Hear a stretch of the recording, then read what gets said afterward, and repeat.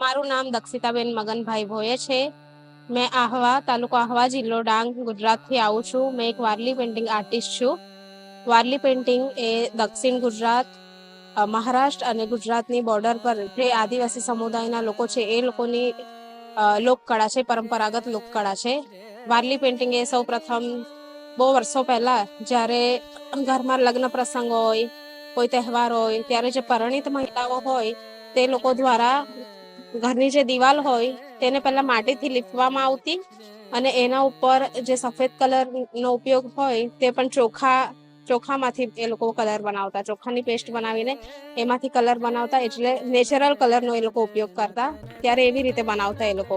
પણ અત્યારે ધીરે ધીરે એ લોકો અત્યારે એક્રેલિક કલર્સ ને બધાનો ઉપયોગ થવા લાગ્યો અને આ વારલી ચિત્ર કળા અત્યારે દેશ વિદેશ બધી જગ્યાએ અત્યારે પ્રચલિત થઈ ગયેલી છે. કેનવાસ ઉપર, પેપર ઉપર, ઘરની દિવાલો ઉપર, સુશોભન માટે, પર્સ ઉપર, સાડીઓ ઉપર, દુપટ્ટા ઉપર એ બધી જ જગ્યાએ ઉપયોગ કરવામાં આવે છે.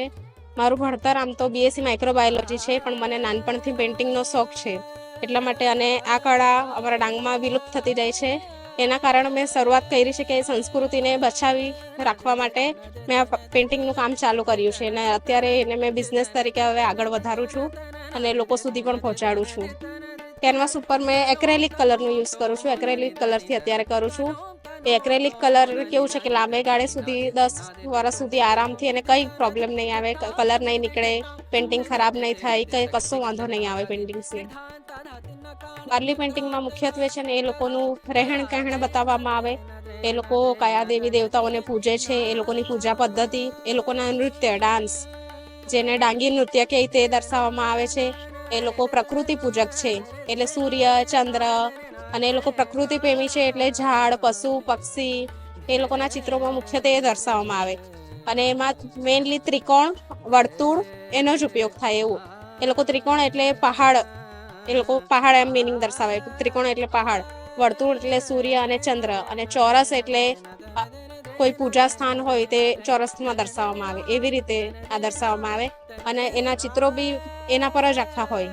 એ લોકોના નૃત્ય હોય, લોકો દિવસ દરમિયાન જે કામ કરતા હોય, ખેતી કરતા હોય, બળદોને ચારો આપતા હોય, રસોઈ બનાવતા હોય, કૂવા પાણી ભરવા જાય, એ પેઇન્ટિંગમાં આખું એ દર્શાવવામાં આવે. વારલી પેઇન્ટિંગ જનરલી 2 જ કલરમાં થાય, માટી કલર અને સફેદ કલર.